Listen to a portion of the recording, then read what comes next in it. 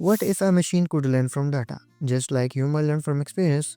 That's not science fiction, that's machine learning. Machine learning is a branch of artificial intelligence, but unlike traditional programming where you write rules, in machine learning you give machine data and it figures out the rule by itself.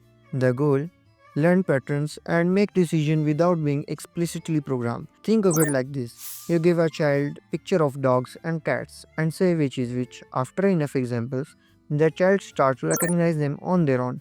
That's exactly how a machine learns. It starts with a dataset like house prices, customer reviews, or handwritten digits.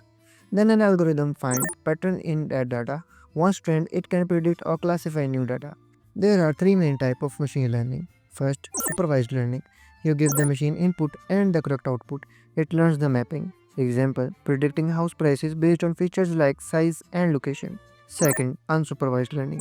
You give it only the input, no labels. It tries to find structure in the data. Example, grouping customer by behavior without knowing their category. Third, reinforcement learning.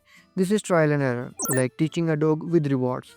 The machine takes action and gets feedback to learn over time. Example, AI playing games or teaching a robot how to walk. In this series, we'll use beginner-friendly tools like Python for programming, Scikit-learn for classic ML, TensorFlow or Keras for neural network, and Jupyter Notebook for easy coding demos. If you are curious about how machine learns and want to build your own AI tools, subscribe and let's do it together.